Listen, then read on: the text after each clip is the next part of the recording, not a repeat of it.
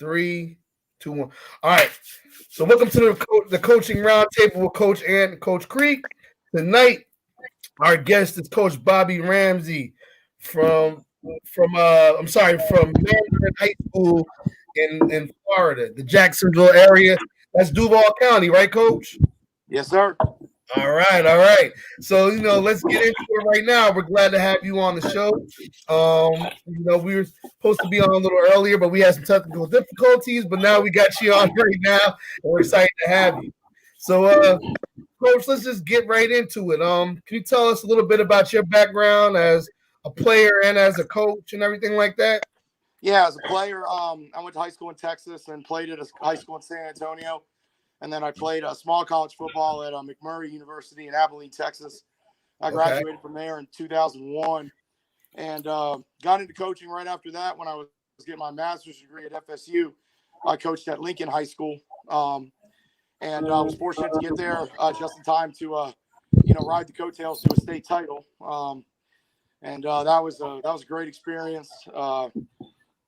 Had a team with some great players, and that kind of I got bit by the coaching bug there, and went back to Texas, coached small college for 3 years I was a defensive line coach at Trinity University in San Antonio, and we were fortunate to go to the D3 National Championship my first year, so I was part of a lot of success early on. It's pretty fun. Then I relocated to Jacksonville and was an assistant at First Coast High School, which produces a lot of talent. A lot of big-time guys come out of there, and we had our fair share. And then I took the head coaching job at Yulee High School in 2008, and then the following year is when we kind of got on the map with Derrick Henry coming. Wow. Yeah, I was fortunate to get to coach that guy and some other really good players. And was there for 9 years, and we had a lot of success. It was a lot of fun, but I just kind of was ready for another challenge. In 2017, I came to Mandarin, and 17 was rough that first year, but we got a lot of things figured out, and we were fortunate to win a state title in 2018. Wow, so you coached at some big time schools.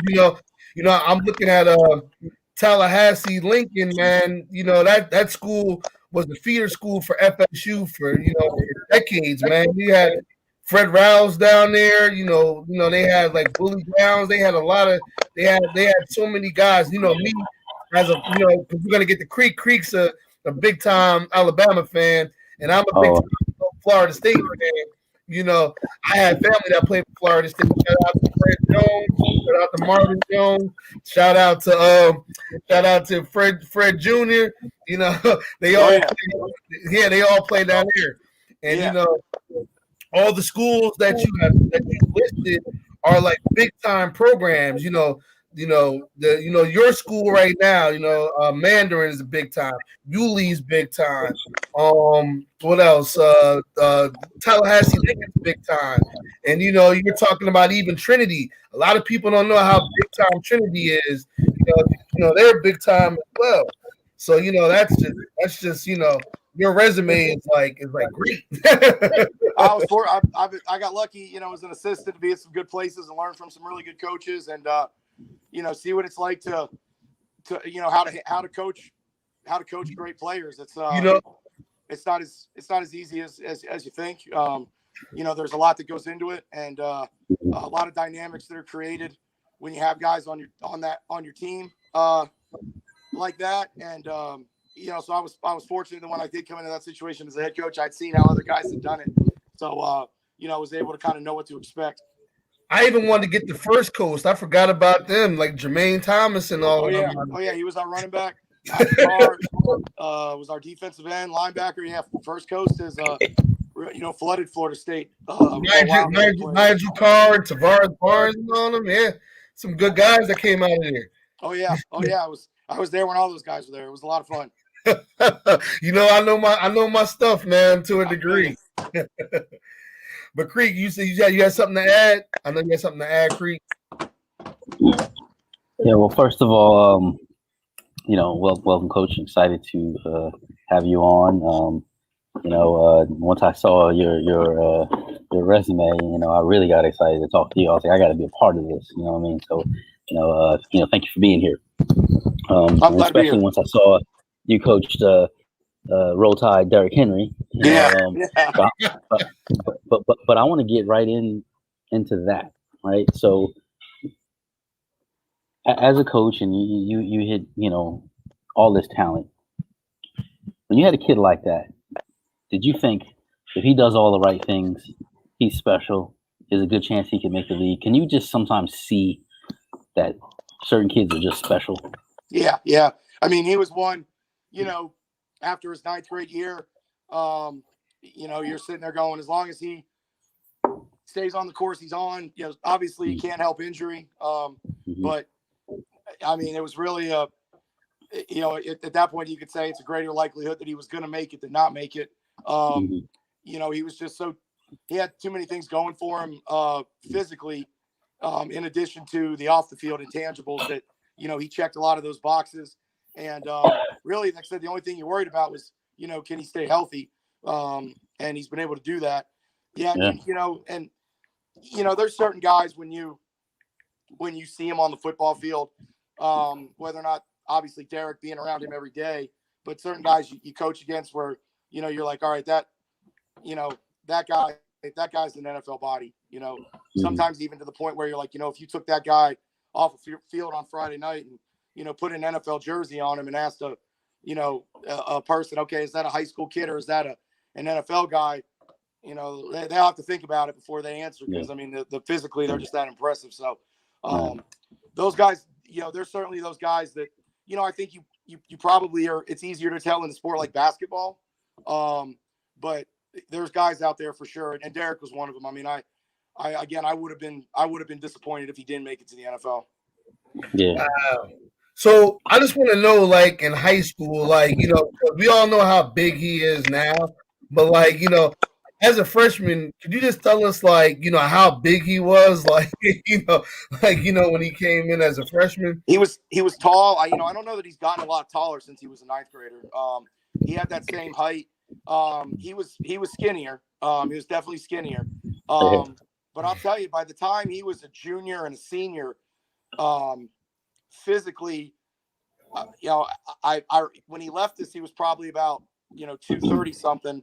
And I really remember thinking, I was like, I don't think he can get much bigger. I'm like, he's like, they don't have to do much more with him. No, I mean, I was like, I don't know how much bigger he could get. And then he enrolled, in January of 2013. And after being there for 4 or 5 months, when he came back, it was like, well, he's bigger than he was. And I didn't think he could get bigger than he was. So, he just was one of those guys that, he was in with a group of players who were just some really good guys that loved the weight room, enjoyed working out, and he gravitated towards them, and they all kind of stuck together. And I think he saw what building your body can do for you, and he's progressed to the point now where, I mean, I don't really know how much stronger he needs to get, if any. I mean, I think it's more just like, now it's at a point of, injury prevention and all that stuff. But, I joke that sometimes, you watch guys tackle him in the NFL and they don't really want to hit him any more than the 5'9", 160-pound DB wanted to hit him. It's kind of the same thing. It's, they're making a business decision. So absolutely. His like a career decision sometimes. Yeah, no doubt. And I think the funny thing is, I've always tried to explain this to people that his size is obviously what gets your attention when you see him, but he's really a speed guy. He's not Jerome Bettis. He's not that he's not that kind of back. Not that he can't deliver a blow, but he's always been a guy that's wanted to get out into the open field and use his speed.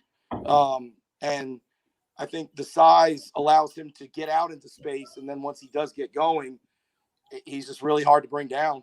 Oh yeah. You know what's wild? I never looked at him because, like, Trent Richardson gave me a bad taste about Alabama running backs.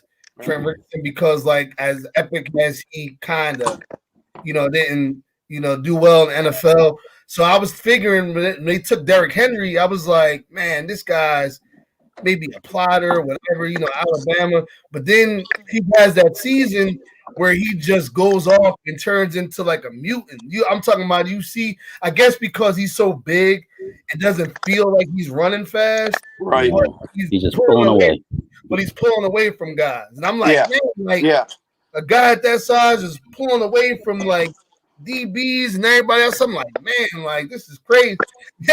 I got to go see this in person.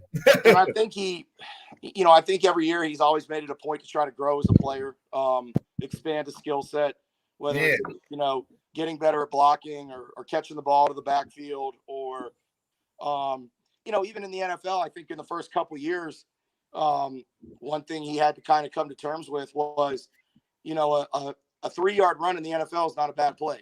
And, it's okay to get 3 yards, a couple carries in a row, so you can then get that 10, 12 yarder, and not every run is going to be a 50, you can't turn every run into a 50-yard touchdown run. And so I think as he's gotten more patient, it's allowed him to be more effective because, he knows that, he's just allowing himself to have more positive plays, as opposed to maybe, stopping his feet in the hole, trying to do something that's not there, lose a yard or two, and then making up for it. Now it's like, hey, I'll fall forward and take 2 or 3 when it's not there, but eventually I'm going to hit that 20-yarder. Yes. So go ahead, Creek. No, yeah. So switching gears a little bit. When you get so you have a player like him, and down in that Duval, am I saying it right? Yeah. There's a lot of talent there. I mean, I always tell people Florida's just another, it's another thing in itself. It really is. Yeah. There's a lot of talent there. So, do you get kids that have the mentality of it's D1 or bust, and being that you've coached those D1 athletes and what they're like physically and what it takes, how do you address an athlete like that to say, hey, it's okay that you go another route, whether it be do 2, do 3, or do you come across that at all? I mean, you may have all guys that are physically Yeah, I'll put it like, I went to high school in San Antonio, Texas has great football. I went to a good sized high school, and I maybe saw in person, 5 to 7 major Division I colleges on campus in 4 years. 2 years ago at Mandarin in spring, we had 93. So I think the kids see it so much and they have access to things that, at least myself growing up, if like University of Texas had one football camp in the summertime, most schools did. Now schools have a camp, a lineman camp, a skill camp, a 1-day camp, a 7-on-7 camp. So they go to these places a lot more and they see these coaches a lot more. So they look at it as, they're kind of numb to it in the sense that they think everybody goes, major Division I. And I always put it to the kids like this, in order to make it in college, you have to love the game. You can't just like it. And you find out if you like it or love it when you get to college. So what I try to do a lot of times is I've done it long enough now to where I have guys who have gone the smaller college route. And guys who maybe started out at a bigger school and then transferred to a smaller school. And I think what they all will say is go where you can get on the field. There's guys that I guarantee you there are guys that are going into their 4th or 5th year at Penn State or Michigan who, aren't playing a lot, but they're close to the end of the road and, they're on scholarship. They're going to finish it out. But they would probably tell a kid, man, I wish I would have gone to, Youngstown State, or I wish I would have gone to, Slippery Rock or something like that. I wish I would have gone where I could get on the field. Because I think, and so, the kid who loves football, and wants to get on the field, it's not as difficult to have that conversation with them. You know, and I think the thing you have to watch out for, in addition to what you've asked, is the kid that just wants to be recruited, who doesn't really want to play football in college. He just wants to tweet out, you know, blessed to be offered by, you know, I mean, you guys are in Jersey, so I'll use Rowan, or, you know, and, you know, college of New Jersey, whatever. When they have really no intention of playing college football, as a coach, that's hard because, you know, you only have so much of yourself, only so much time to give. And, you know, you don't really want to have a program full of kids just like to be recruited. You want to have kids go off to college and play well. So then that way you have examples for the next guys who come along. So, you know, that to me is the thing that you really, you know, like I said, it's kind of one extreme to the next, you know, getting the kid to appreciate where the level he projects to, while at the same time, you know, guarding against that kid who doesn't really want to play college football. He just likes to put it out there that he's being recruited. And, you know, you don't really want that either. So, and I would say this, almost all players, the older they get, the more they, you know, they're okay with where they're being recruited to, you know. There's very few guys that I think, as they get closer to the end of high school, that kind of thumb their noses at the smaller schools, because then again, I would go back to, then do you really love football? You know, because I think there's a lot that those colleges have to offer. And again, you know, and I tell guys all the time, I'm like, you know, not that, you know, very, very few D1 guys make it to the NFL, but get on an NFL roster website and start looking at some of the colleges these guys come from. You know, you're going to see some schools that you're going to have to like Google, like, where's that? You know, you know, if you're good enough, they'll find you. You know, the crazy thing is that we talked about that in a previous video, like exactly everything you said. Like, you know, it's like literally like go where you can play. You know, because like, we know a lot of these kids, you know, that we see, they want to collect offers. And the way it's going now, you know, we were saying before is that with COVID and, you know, the transfer portal, you're not going to be able to collect 800 offers anymore unless you're a super 5-star talent. And like, you know, you're going to be able to collect 600 offers and hold it till like after February and stuff like that anymore. No, it's been a game changer. You know, the portal in particular, you know, we saw it with our kids who were, you know, not as much the, you know, like you said, your Power 5 guys can still, you know, they still have some leverage, but you know, those kids that are FCS and Division II, you know, those schools are really you know, those schools not having the money to hand out and having, you know, to take guys back another year. You know, they're only, you know, signing 8, 9, 10 kids in a class.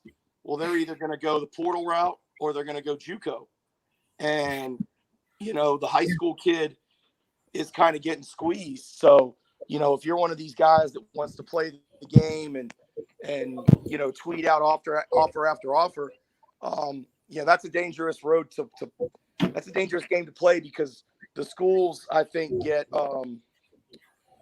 you know, I think the schools see those things and then they start to ask themselves, well, does this kid really want to be a part of our program, or does he just want to be recruited? And that's something that, you know, we talk to the guys about. I don't understand that. How do you not want to play? I mean, I still want to play today. You know, I can't. But right. So we tell the guys that, you know, look, you got to be careful with what you do on social media. You got to make sure that you don't give these. You know, you got to be careful about how you play the game, and if you know you can't, you really don't have as much leverage as you think you do in trying to play hardball with these schools, and play the game. You know, don't put on there how excited you are about an offer or name a top school and then 2 days later tweet out another offer, because a school's going to sit there and go, at the end of the day, it's, we got to fill spots with guys that want to be here. So I think COVID's a game changer. I think the portal's a game changer. And we're learning every recruiting cycle. We learned a lot this past one about how different it is. And really learning the hard way, to be honest with you.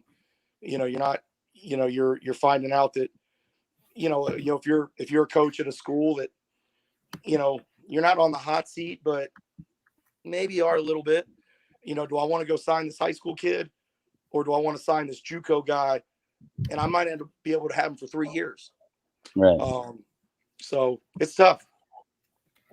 So from coming from, the recruiting help as a high school coach right now, what challenges, have you faced, considering, you have the portal guys and the transfer and the guys that are staying, are you finding it hard to get kids placed? I think, the simplest answer, yes. And I think, for example, what I found was like last spring when we were, on lockdown, and I told you how usually we're used to a large number of schools coming through. You got phone calls, but I didn't get near as many phone calls as I got visitors in years past. And,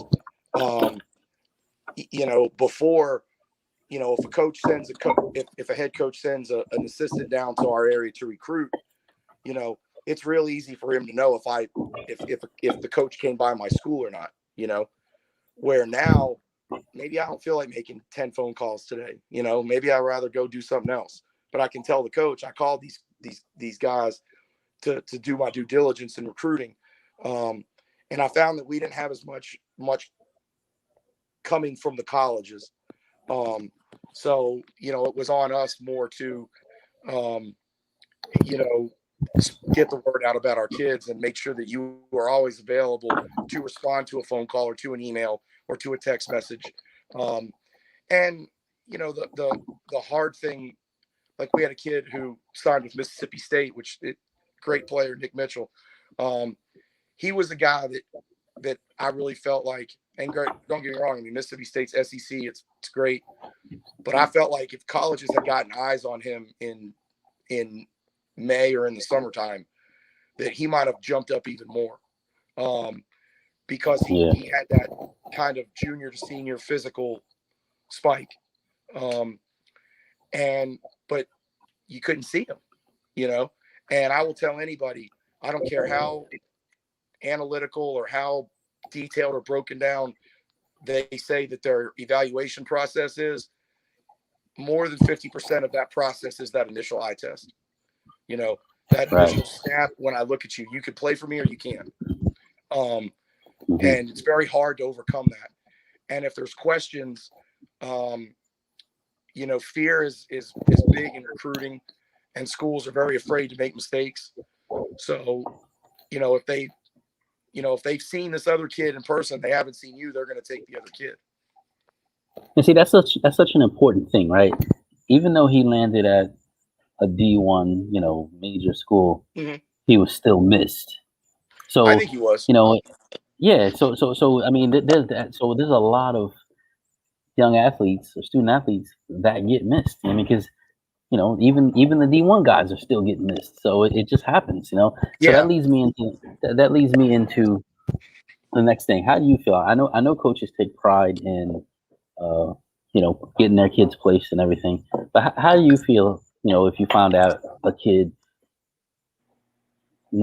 started using a recruiting service, or if a recruiting service came to you, and tell us honestly how you feel. I know some coaches are not happy about it, and I don't have an issue with it. Okay. I have no problem with it. I would think it helps, right? Yeah. Especially all the talent you have. Yeah, I don't have a problem with it. You know, I think where lines could get crossed is if it's a situation where, you know, it's a coach from another school working for a recruiting service of like another area school. Now that part I'd be like, I don't really feel cool about that, but I don't have any issue with it. I mean, I I tell parents, look, you guys have to do what's you feel is best for you. I don't take it as a slap in the face or anything like that, because at the end of the day, you know, they're going to come through you at some point wanting to know about the player. The schools are, Exactly. you know, and if they don't, then I would tell the player, then that may not be a place that you want to go, because I don't know how much of a personal interest they're taking in you. If they don't want to know from the head coach, or maybe the school has a recruiting guy, or someone who's the point man in recruiting, if they don't want to know about the player from those guys, then it's probably not something that you want to be a part of. So, you know, I'm not opposed to guys using, you know, I know there's some schools that coaches take it personal. Like you know, do what you need to do. Okay. So, you know, now I just want to ask a question, you know, just getting into the state of you know, just Duval football in Jacksonville, and you know, the whole area of football. You know, I've talked to some other coaches. I've been down to Florida. I've seen how seriously, you know, the entire state of Florida takes football. You know, I was talking on with a couple of area 7 coaches and some other coaches about, you know, just like it's like broken down by area codes to a degree, area codes and counties, and you know, like you know, some counties think they're better than others. So, you know, some counties will only send players to certain schools. You know, it's very Florida's very territorial about football, and you know, it's a very rich culture, you know, that's been built, you know, throughout decades and decades. So, you know, I just wanted to talk about that really quickly. Yeah, you know, we're 904, so you know, we're all, you know, Duval and all that, you know, so we're always gonna, you know, represent North Florida, Northeast Florida. You know, we're proud of our schools, but at the same time, I mean, you know, I respect all the football that's played everywhere. I mean, and you know, Miami, obviously, you got the 305 down there. They're, you know, it's hard to argue with what those schools have done. I mean, Dade County's loaded. You know, Orlando, that Central Florida area, Tampa. You know, you got the Fort Lauderdale, Palm Beach area. You know, you got Southwest Florida. So it is kind of territorial. But you know, I think, you know, I've been in this area now 15 years, and I think Northeast Florida probably was one of the weaker areas probably 15 years ago, and has really come up a lot. You know, we've you know, in the public schools in particular, you know, when we were state champs in 2018, Rains High School, which is a great program, was state champs as well. So we had 2 public school state champions in the city of Jacksonville. And you know, St. Johns County, which is right south of us, has really good football. Clay County, which is southwest, has great football. You know, Yulee's in Nassau County, which is just north of Jacksonville. So I think the programs in Jacksonville have really stepped up and gotten a lot better. Where, you know, I think prior to, it was probably, you know, Dade, Broward, Palm Beach County was the dominant, you know, way better than everybody else. And I think we've made up a lot of ground in the last several years, to where, you know, you can find, you know, similar athletes in similar places. The one thing is different, you know, though, is just that area down there, that Dade, Broward, Palm Beach area is just so loaded with numbers of people, you know. I mean, it's just got tons and tons of people. So they're probably going to have more total players, but, you know, I think the quality is very balanced throughout the state. Yeah. Yeah. Going back to Reigns football, you know, I just want to give my condolences to the family of Lewis Nix the third. He passed away. You know, he was a great player out of there. You know, in Notre Dame, And with his hometown Jacksonville Jaguars, I think, right? He was at the end of his career, yeah. Yeah, so just rest in peace to his family. Our condolences go out to his family and friends and his teammates. And like you said, man, like this area put out some really good players, and you look at the state of Florida as a whole, and you see like just the amazing talent in that area. Like there's so much talent, that people can come in from all over the world, all over the country, and there's still enough talent to still feed the three big schools. There's still enough to feed them, which is crazy. But before my senior year, I was working out one summer at West Virginia University. Okay. And they used to call the kids from Florida rejects. They would say because they weren't going to play in Florida. Which was funny. Everybody, it was a joke out of it. The Florida kids weren't. They would call them Florida rejects because they were like, well, why are you not at Florida State or Miami, whatever? But the thing is, there's players from Florida everywhere, all over the country. No doubt. So there's so many of them. I would say this too. I think Florida kids are much more comfortable with leaving the state and going other places. Where maybe you don't get that in some other areas. Florida kids. Maybe it's just kids in general, but like Jacksonville, our area for years was a Florida State stronghold. Now the kids go everywhere. They go Ohio State, they go Miami was not a very strong program in recruiting around here. They've gotten some really good players out of here the last few years. The SEC, the Georgias, your Notre Dames, your Michigan.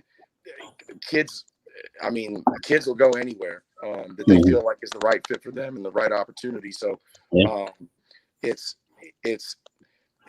much more competitive for players, but at the same time, I think it gives a lot more schools a chance. So let's just get in and talk about your school now. So I read up on Mandarin High School, and I'm seeing that this academically they offer the Advanced International Certificate of Education with a whole bunch of advanced placement AP courses, and then they actually have I was looking at it right now.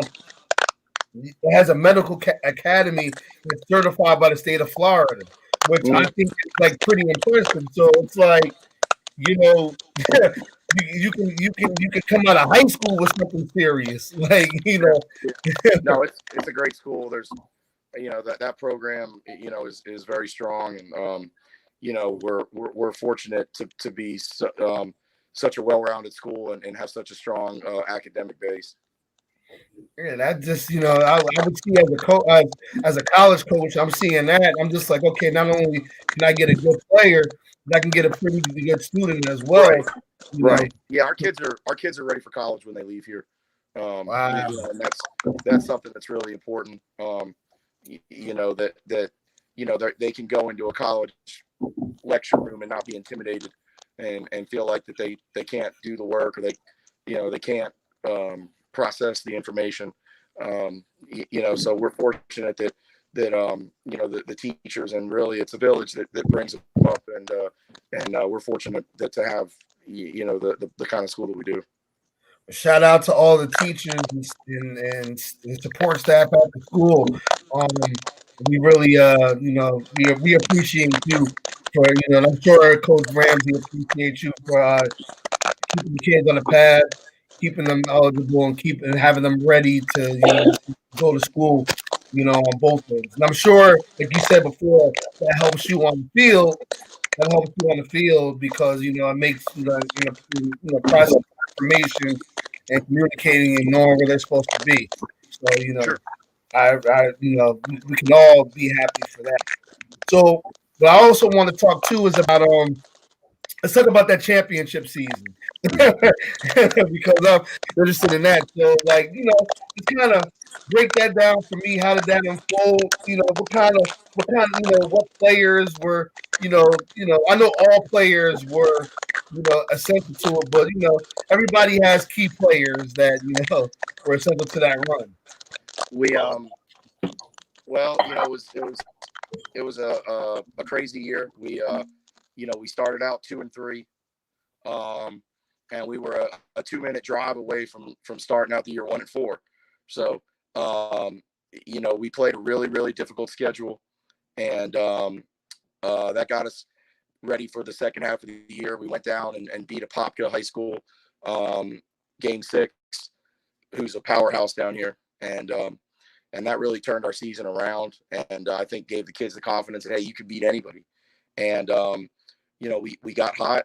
We went into the postseason with a lot of confidence, and our quarterback Carson Beck played extremely well. We had some great wide receivers. Guys, Demario Douglas is playing at Liberty right now. Chris Mitchell's at FIU. Darian Oxendine plays at FAMU. Running back Terrell Jennings plays at FAMU. Our right tackle Zach Mills plays at Columbia. Right guard Matt Shimko started at Monmouth College in Illinois and was freshman of the year in that conference. So we had some really good players, it was just I think a lot of it is we just wanted to keep playing. We didn't want it to end. And I think a lot of times the team just wants to keep playing another week that is able to get it done. And we ran into Wekiva in the third round. Their defense was stupid loaded. Tyler Davis, nose guard, went and started at Clemson as a true freshman. Other guys that are all populated the ACC and SEC. And we were fortunate to win that game, and then won another one, got to the state championship, and beat Miami Columbus. If you know about that program, they're a powerhouse. They got talent for days, and it was great. It was great. I mean, it was definitely about a special 4 or 5 month period that you could be a part of. Yeah, I see that Carson Beck is at the University of Georgia right now, right? Mm-hmm. Correct. He was Mr. Football for that season, we had a kid set the state record, cut 5 touchdown passes in that game, 4 touchdown passes in that game. A lot of guys that we had a great senior class that played their best football as seniors, and it was a special group. Man, that's serious, man. Having that type of talent, and that type of talent at your school, even Yeah. do it. There's not too many 6'4", 225-pound quarterbacks that They're go all, on TV, man. they're all doing well in college. They're good players for their teams. As a matter of fact, defensive tackle from that team, Nigel McGriff, he went to Northwest Mississippi Junior College. He just committed to Louisiana Lafayette today. So, Congratulations to him. Yeah, and real proud of him. And it's fun. You don't want him just to go to college. You want him to do well in college. You want so many guys. And I think this has happened on signing day, where the focus has become like signing days become the end of the journey instead of the beginning. And so many kids just want to sign on signing day, but again, they don't really have any intention of finishing college and playing football. And we want our guys to be able to be ready to go and play and do well and graduate. So it's fun. It's fun to follow their careers. I mean, it's fun to check their stats and watch their games. And, I love doing that.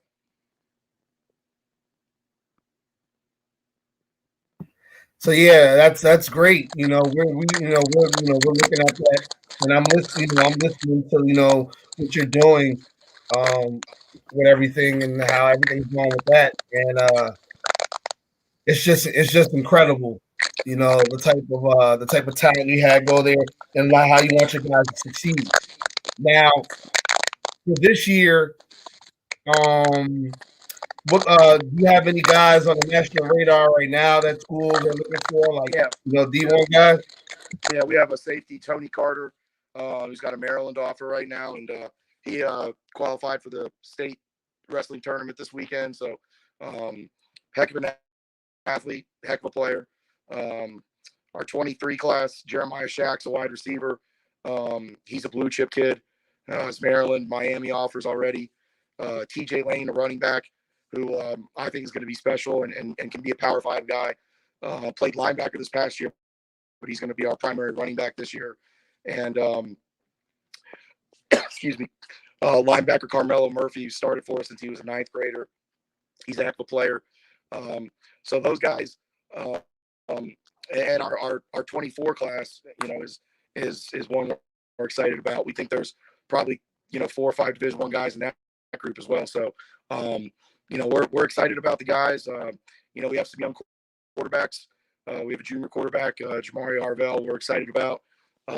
So we think we're going to continue to have guys that are going to go on to the next level and be highly recruited.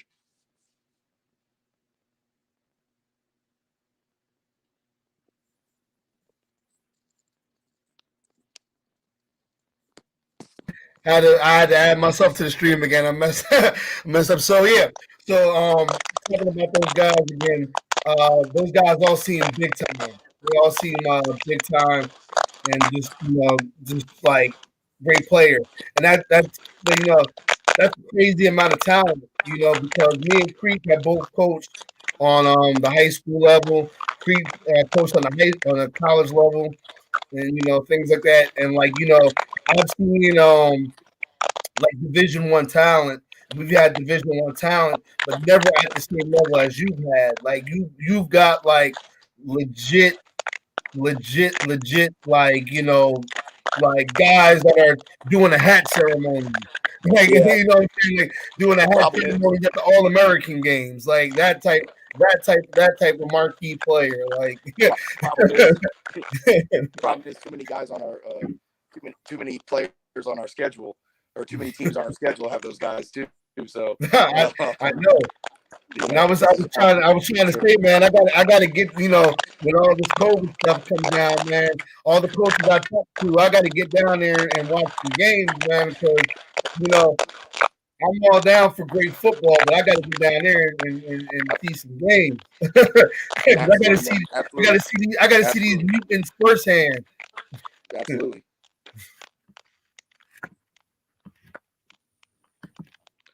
I can't hear him.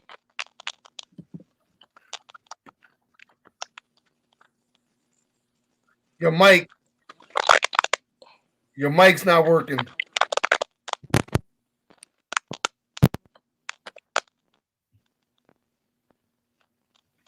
Your mic's not working.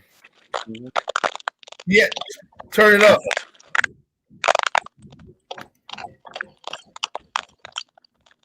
All right, can you hear me? Yeah, I can hear you now. So I was asking, with all that talent, what kind of offense and defense are you running down there, and what do you do to get some of the extra players on the field having so much talent? You mean as far as just like spreading the ball around and stuff like that, or I've always told the guys, if especially offensively at the skill positions, if you're a playmaker, we're going to get you the ball.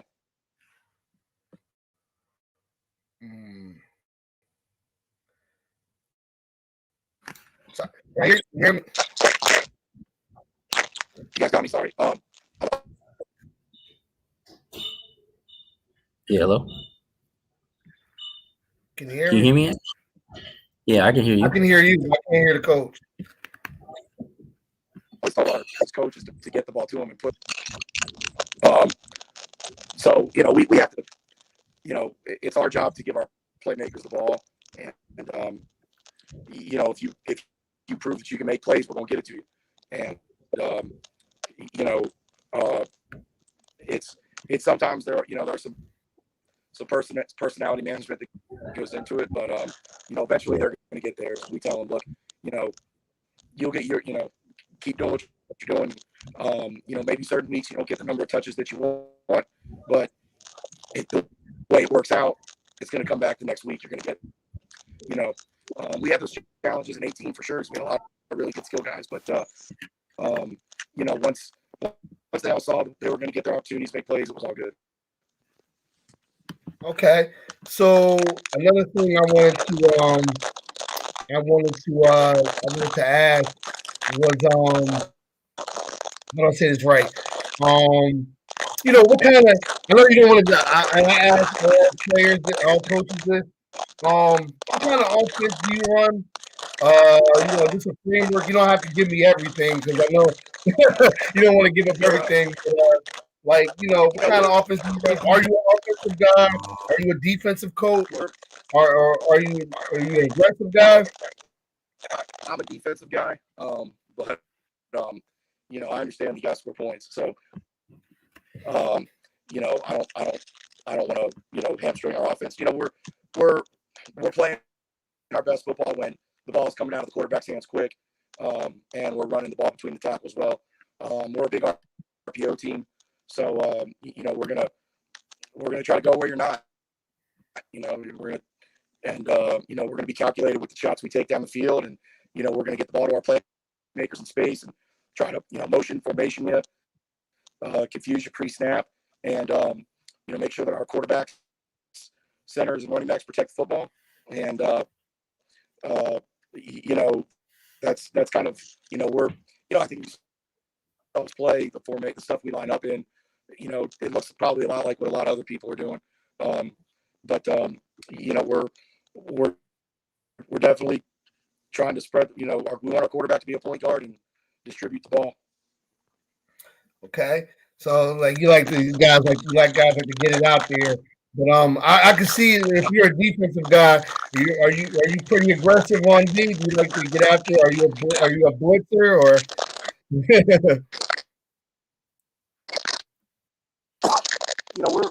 We're a four down zone coverage team, and we want our guys to line up, get their ears back. We want to make plays on the other side line of scrimmage, spread to the football, tackle well, don't give up the big pass. Obviously everybody wants to create turnovers, and we certainly try to do that.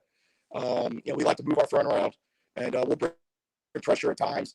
But the main things defensively is we want to defend deep to short, inside to out, and make you have to check the football down in the passing game, and hopefully by that time our rush can get there and make sure that we set a good edge in the run game, and deny the vertical runs. So that's what we're going to do. All right. So, hey, that's I love. I'm starting to, I've always loved Florida football and Southeastern football, but now I see how detailed it is. How detailed it is, and how just intricate. How much intricacy and how much time they can the coaches put in to their teams and everything like that into teaching. Even with the 7-on-7 coaches, they want the kid to be so technically competent that the coaches don't have to do much but install. They just want them to just be able to install and that. So I'm looking at that right now as just man, it's miles ahead, man. It's miles ahead of a lot of areas. But and lastly, we just want to say we want to ask what are your goals for this upcoming season? I know the goal always to win the championship, but what are some personal goals for your team that you have for your team? I think really it boils down to for us, I think you set your goals for spring, come out with an identity offensively and defensively, and build your depth. And then I think your team goals are usually pretty simple. You want to win your district, you want to get to the playoffs, you want to win your rival games. We put a lot of emphasis on those, so that'll be our goal. And I think every year you want to try to get to Thanksgiving with a chance and see what happens. So that's what we'll be working towards. All right. Well, Coach, with that being said, it was great talking to you tonight. Like I said, we're having our Recruit Nation showcase on this Saturday in Jacksonville, Florida. We're having it at I'm sorry, we picked this up. We are having it at the University Christian High School, 5520 University Boulevard, West Mexico, Florida. We hope to see some guys out, see some dogs out there. We hope to see some of your guys, some of the area guys there. After we complete this interview, just stay on with us so we can talk about some other things. And then, Creek, do you have anything else to say? No, Coach, I just want to say thanks so much for your time. It was great to learn about you and the program and your experiences. And, and to everyone that listening, as I always say, outwork everyone. That's right. I work everything. With that being said, peace and love, everybody. We'll talk to you another day. Thank you for joining us. Coach, stay on with us. Don't All right, thanks, guys.